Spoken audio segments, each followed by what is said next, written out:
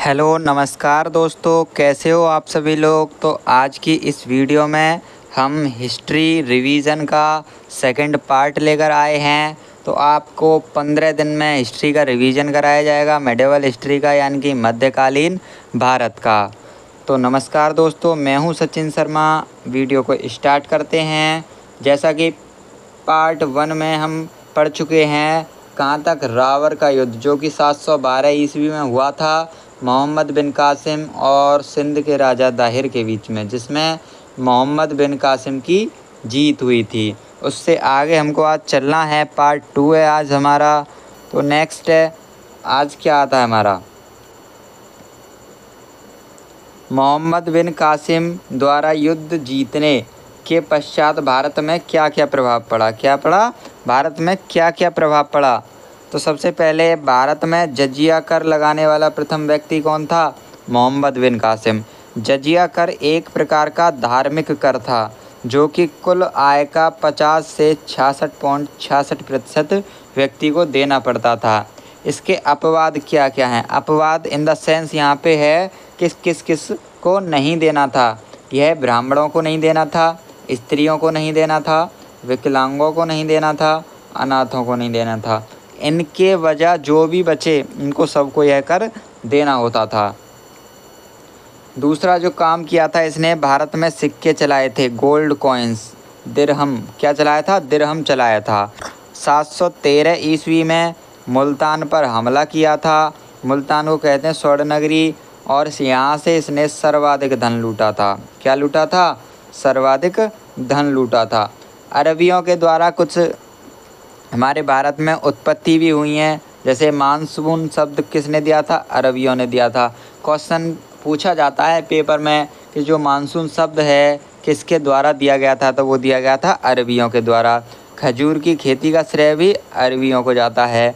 ऊँट का पालन भी अरबियों को जाता है। अरबी घोड़े अरबियों को जाता है। और मानचित्र शैली का श्रेय भी अरबियों को जाता है। ये बात भी आपको याद रखनी होगी निश्चित रूप से। कुछ ग्रंथों का अरबी अनुवाद भी हुआ है, जैसे सूर्य सिद्धांत, चरक संहिता, पंचतंत्र। सूर्य सिद्धांत के लेखक हैं आर्यभट्ट और पंचतंत्र के हैं लेखक विष्णु शर्मा। ये बात आपको याद रखनी होगी। पेपर में कई बार पूछा जाता है पंचतंत्र के लेखक कौन हैं, तो वो आपको बताना होगा, विष्णु शर्मा जी हैं। अब मोहम्मद बिन कासिम की मृत्यु कैसे हुई, इसके बारे में भी थोड़ा हम प्रकाश डाल लेते हैं। तो मोहम्मद बिन कासिम किसके सेना, अल हज्जाज द्वारा संदेश भेजा गया था मोहम्मद बिन कासिम को। और अल हज्जाज का कौन था मोहम्मद बिन कासिम, ये था सेनापति। ठीक है, इसको जो है संदेश भेजा गया था कि दाहिर की पुत्री हैं भाई सूर्यवती और पारमल देवी, इनको लेकर आओ। लेकिन उससे पहले क्या घटना घटित हो जाती है, दाहिर की जो पत्नी होती है, पत्नी इसकी दो हैं, लाडो देवी और रानी देवी। रानी देवी ने इसके साथ जौहर किया था। कहाँ पर, रावर के किले में। जौहर का मतलब क्या होता है, पति के मृत्यु के बाद स्वयं के प्राण त्यागना, यही जौहर होता है। इसमें इन्होंने क्या खेल खेला था, जो दाहिर की पुत्री थी सूर्यवती और पारमल देवी, सूर्यवती और पारमल देवी को अल हज्जाज के पास में लाया गया, मोहम्मद बिन कासिम लाया। और इन दोनों ने, यानी कि दाहिर की जो पुत्री हैं सूर्यवती और पारमल देवी, इसने ब्रेन वॉश कर दिया अल हज्जाज का भाई मोहम्मद बिन कासिम के बारे में कुछ उल्टा सीधा कह दिया कि ये आपकी वो बुराई कर रहे थे या कुछ भी कर रहे थे, मतलब ब्रेन वॉश कर दिया था। तो अल हज्जाज ने ऑर्डर दे दिया था मृत्यु दंड का मोहम्मद बिन कासिम को, यानी कि मोहम्मद बिन कासिम को मृत्यु दंड का ऑर्डर दे दिया था। तो ये बात आपको भी याद रखनी होगी। यानी कि जो दाहिर की पुत्री थी, इन्होंने माइंड वॉश किया यानी ब्रेन वॉश किया अल हज्जाज का, और अल हज्जाज को मृत्यु दंड देना पड़ा मोहम्मद बिन कासिम को। अब नेक्स्ट आता है हमारे पास जो तुर्की मुस्लिम आक्रमण हुआ था। क्या हुआ था, तुर्की मुस्लिम आक्रमण हुआ था। इसमें दो लोग आते हैं, महमूद गजनवी और मोहम्मद गौरी।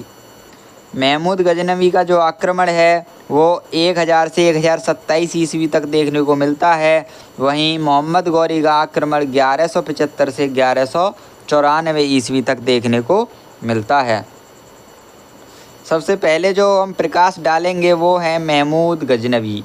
महमूद गजनवी यह यामनी वंश अथवा गजनी वंश का था, स्थान जो कि वर्तमान में अफ़गानिस्तान में है। अब यामनी वंश से कैसे कैसे महमूद गजनवी का जो बैकग्राउंड है उसे जानते हैं, कहाँ से आया, किसका पुत्र भाई, किस वंश से आया। ठीक है, यामनी वंश से आया था, ये तो आपको पता है, यानी गजनी वंश या यामनी वंश से। ठीक है, 1932 ईस्वी की बात है। कब की बात है? 1932 ईस्वी की बात है। अलप्तगीन के द्वारा अफ़गानिस्तान में इस वंश की नींव रखी गई थी। अलप्तगीन का कोई बेटा था नहीं, बेटी थी, और बेटी की शादी करा दी थी सुबुक्तगीन से। किससे? सुबुक्तगीन से बेटी की शादी करा दी थी। और 970 ईस्वी में सुबुक्तगीन यामनी वंश का अगला शासक बना, और इसमें युद्ध हुआ था सुबुक्तगीन का, पेशावर का युद्ध, जो कि कब हुआ था? 1977 से 80 के बीच में हुआ था, जो सुबुक्तगीन और जयपाल के बीच में हुआ था। किसके बीच में? सुबुक्तगीन और जयपाल के बीच में हुआ था, जिसमें सुबुक्तगीन की विजयी हुई थी। इस लूट के बाद पता चला कि भाई भारत तो सबसे समृद्ध है। सुबुक्तगीन को क्या पता चला? भाई भारत तो सबसे समृद्ध है। तो और 998 ईस्वी की बात है, सुबुक्तगीन की मृत्यु हो गई। क्या हो गई? मृत्यु हो गई सुबुक्तगीन की। सुबुक्तगीन के 2 पुत्र हुआ करते थे, एक इस्माइल और एक महमूद। महमूद ने अपने ही भाई की हत्या कर दी। महमूद ने अपने ही सगे भाई की हत्या कर दी, जिसके तत्पश्चात 998 ईस्वी में महमूद गजनवी गद्दी पर बैठा था, यानी कि अपने भाई को ना बैठने दिया और उसकी हत्या कर दी और खुद गद्दी पर बैठ गया। भाई पहले ऐसा ही हुआ करता था, ना बाप बड़ा ना भैया, सबसे बड़ा रुपया। तो यहाँ पर गद्दी के पीछे ऐसे ही लड़ाई होती थी, भाई को मार दे, बाप को मार देते थे हिस्ट्री में। ठीक है, नेक्स्ट है महमूद गजनवी से संबंधित कुछ प्रमुख तथ्य हैं, तो ये बात आपको बता देते हैं। 998 ईस्वी में खुद को सुल्तान घोषित किया। सुल्तान की प्रथम उपाधि धारण की थी किसने? महमूद गजनवी ने। महमूद गजनवी के कुछ उपनाम भी हैं। उपनाम में क्या क्या हैं? सबसे पहले गाजी है, दूसरा है बुत सिकन, जिसको मूर्ति भंजक भी कहते थे। अब खलीफा ने भी इसको उपाधि दी थी। भाई कौन कौन सी दी थी? यामिन उल मल्लाह, नेक्स्ट यामिल उल दौला, और अगली तीसरी जो उपाधि वो थी सुल्तान की उपाधि इसको दी थी। और उस समय खलीफा कौन था? उस समय खलीफा था अल आदिल बिल्ला। उसने भी भाई अपने जैसे ही नाम दे दिए, बिल्ला इसमें मल्ला उसमें, तो ऐसे आप याद रख सकते हैं थोड़ी ट्रिक बना के मन में, जिससे आप भूलो ना। अब महमूद गजनवी के जो आक्रमण थे, भारत पर कुल 17 बार आक्रमण किया था महमूद गजनवी ने, जिसमें कुछ इम्पोर्टेंट हैं वो हम आपको इसमें वीडियो में बताएंगे। अगर आपको वीडियो अच्छा लग रहा है, हेल्पफुल लग रहा है, अगर आपका रिवीजन अच्छे से हो रहा है, तो आप वीडियो को लाइक ज़रूर करें और चैनल को सब्सक्राइब ज़रूर करें। तो महमूद गजनवी की संबंधित कुछ प्रमुख लेखक हैं जो कि फिरदौसी हैं। उन्होंने क्या लिखा? शाहनामा। क्या लिखा? शाहनामा पुस्तक की रचना की। उत्बी ने क्या लिखा, जो कि दरबारी थे इनके? उन्होंने लिखी तारीख़ ए यामनी। बैहाकी ने लिखी तारीख़ ए सुबुक्तगीन। और अल-बरूनी ने, ये इम्पोर्टेंट है, पूछा जाता है, अल-बरूनी ने तहकीकात ए हिंद, किताबुल हिंद लिखी थी। यानी कि ये पूछा जाता है पेपर में, तहकीकात ए हिंद के लेखक कौन हैं, तो आपको निश्चित रूप से क्या बताना होगा? अल-बरूनी बताना होगा। महमूद गजनवी के जो 17 आक्रमण हैं, उनमें से प्रमुख आक्रमण कौन से हैं, आइए डालते हैं इन पर भी एक नज़र। जैसा कि प्रथम आक्रमण था 1000 ईस्वी में किया था, जयपाल के विरुद्ध था, स्थान था पेशावर, और इस युद्ध का कोई भी परिणाम निकल के नहीं आया, न हार हुई न जीत हुई, नो रिजल्ट रहा इसमें। दूसरा जो आक्रमण है वो है 1001 ईस्वी में हुआ था, कौन सा? वहीद का युद्ध। वहीद का युद्ध हुआ था, जिसमें जयपाल हार गया था, जयपाल ने आत्मदाह कर लिया। और अगला शासक कौन बना? वो बना था आनंदपाल। तो ये बात भी आपको याद रखनी होगी। नेक्स्ट है 1006 ईस्वी की बात है। मुल्तान में, यानी जो मुल्तान कहाँ था, पाकिस्तान में था, लेकिन जब तो हमारे भारत में ही था तो भारत की लूट मानी जाएगी, तो वहाँ पर भी इसने लूट की थी। 1007 ईस्वी में बठिंडा में की थी, जहाँ का राजा सुखपाल था और जिसकी डिफीट हुई, यानी कि हार हुई राजा सुखपाल की।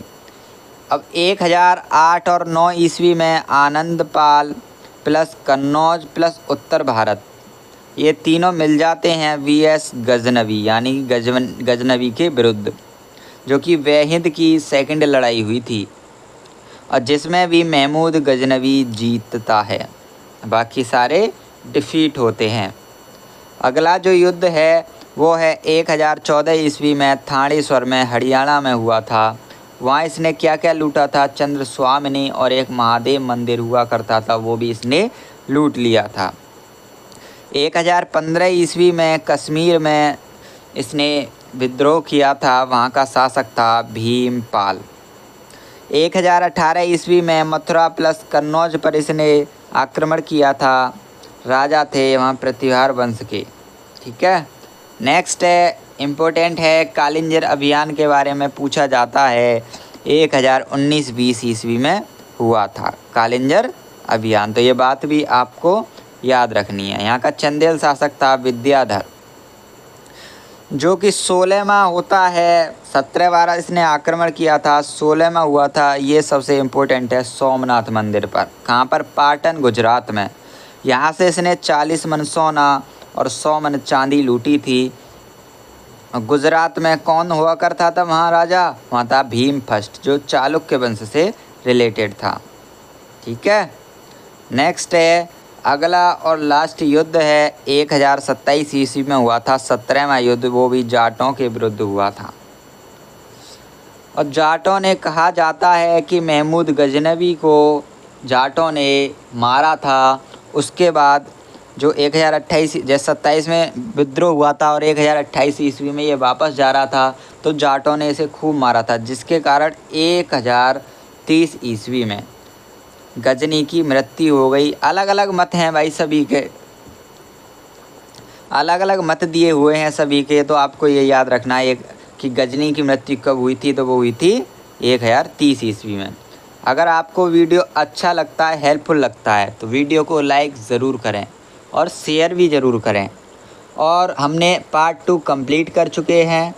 पार्ट 2 में हमने कहाँ तक कंप्लीट कर दिया? ये कर दिया हमने जो महमूद गजनी ने 17 बार भारत पर आक्रमण किया था। अब कल के लिए पार्ट 3 आएगा, जिसमें भारत में मोहम्मद गौरी के आक्रमण के बारे में हम आगे जानेंगे। पार्ट 1 पार्ट 2 कंप्लीट हो चुका है। पार्ट 3 के लिए कमेंट भी ज़रूर कर दें। वैसे तो हम डेली पार्ट लाएंगे, और पार्ट 3 का हमारा टॉपिक रहेगा भारत में मोहम्मद गौरी का आक्रमण। तो मिलते हैं नेक्स्ट वीडियो में। स्वस्थ रहिए, मस्त रहिए, एंजॉय के साथ पढ़िए, और रिवीजन आपका आई होप अच्छा हो रहा होगा। जय हिंद।